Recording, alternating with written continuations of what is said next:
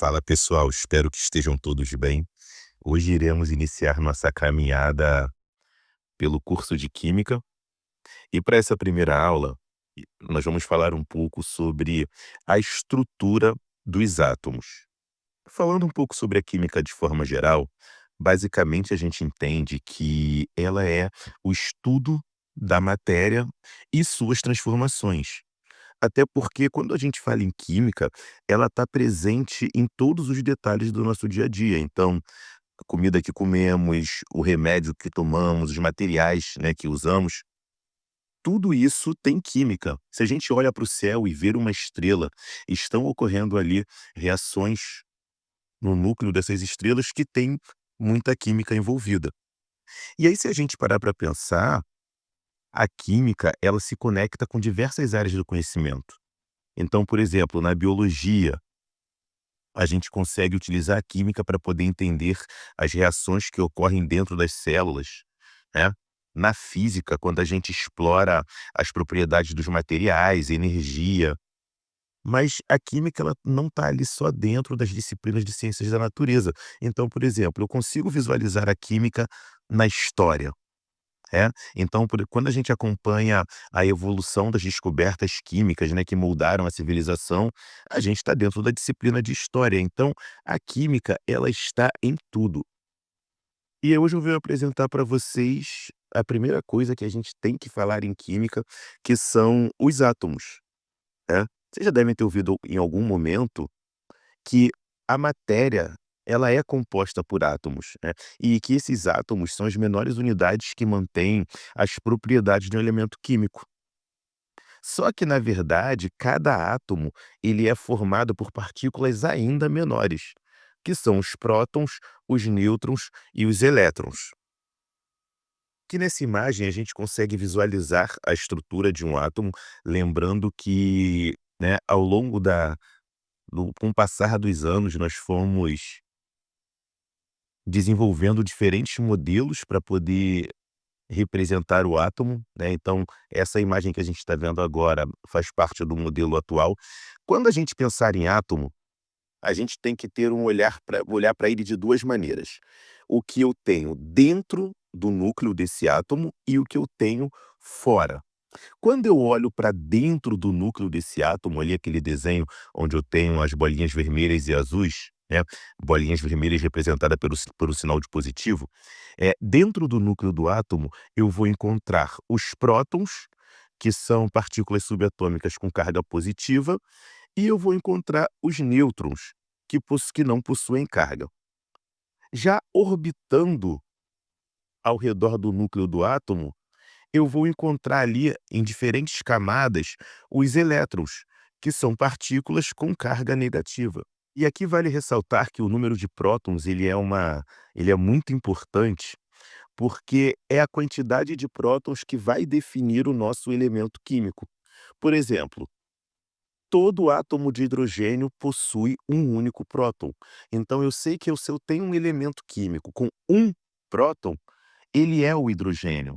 O próton, ele está relacionado com a identidade do átomo. Assim como, por exemplo, o átomo de oxigênio, ele tem 8 prótons. Então, todo elemento químico com 8 prótons, eu sei que é um átomo de oxigênio, tá? E aí vamos falar um pouquinho mais de cada uma dessas partículas que compõem o átomo. Lembra que eu comentei anteriormente que a gente deveria olhar, quando a gente olhar para um átomo, o interessante, né, a forma mais didática de fazer isso, é olhando para dentro do núcleo e para o que está fora do núcleo? Vamos começando olhando para fora do núcleo, né, para a gente poder ter noção do que está formando ali aquele átomo. Então, quando eu olho para fora, eu consigo visualizar o que eu chamo de nuvem de elétrons, que é a região ao redor do núcleo onde os elétrons ficam ali orbitando. Eu também tenho o que eu chamo de orbitais atômicos, que são regiões tridimensionais onde é mais provável que eu encontre elétrons, né, então eu chamo isso de orbitais atômicos. E o elétron em si, ele é uma partícula subatômica carregada negativamente que vai estar sempre ali orbitando o nosso núcleo. Eu estou falando muito em núcleo, núcleo, o que que se como que eu poderia definir esse núcleo atômico? Ele é a região central do átomo que vai estar carregada positivamente, já que ali contém prótons e nêutrons. Os nossos nêutrons são partículas neutras que vão estar ali juntamente aos prótons. Os nêutrons, eles vão ajudar a estabilizar o núcleo atômico, tá? E a gente também vai encontrar ali os prótons, né, que como eu falei, eles que vão determinar a identidade do átomo, e eles são partículas que estão carregadas positivamente. E aqui uma observaçãozinha importante para fazer, quando a gente pensa em prótons e nêutrons, o que que pode acontecer?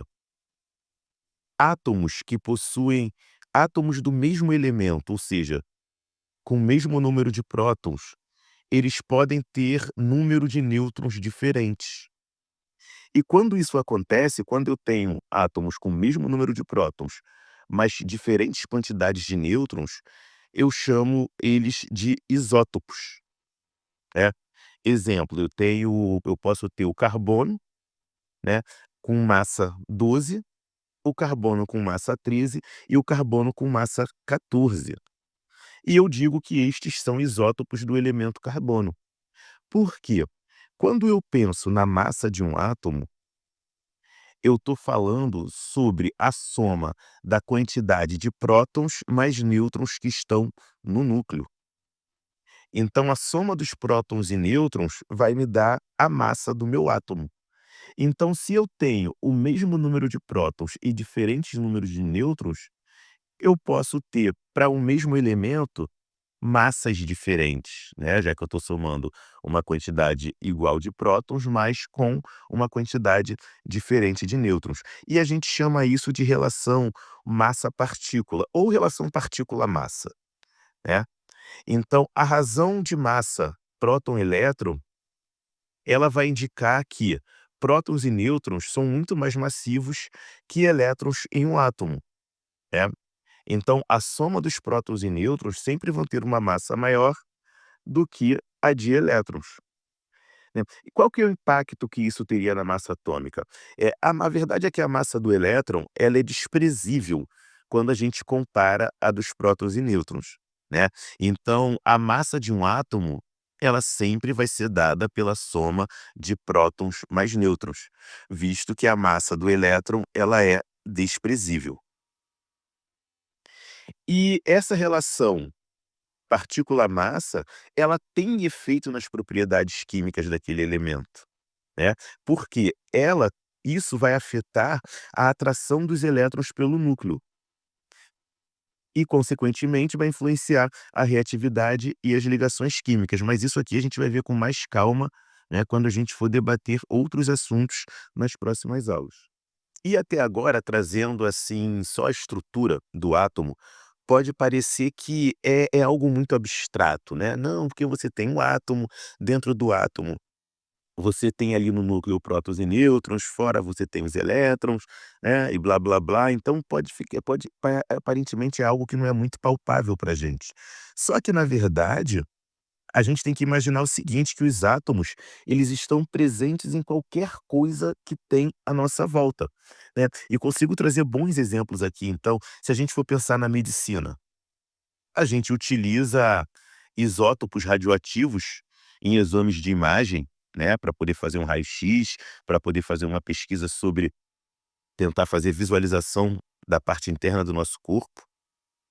Tratamento de doenças também, como o câncer, né, a radioterapia, a química está totalmente os átomos a química e, consequente, os átomos estão totalmente envolvidos. Dentro da área de tecnologia, né, a gente pegar aí celulares e computadores, nós temos semicondutores, como o silício, que são, assim, essenciais para o funcionamento dos chips que a gente tem nos aparelhos eletrônicos.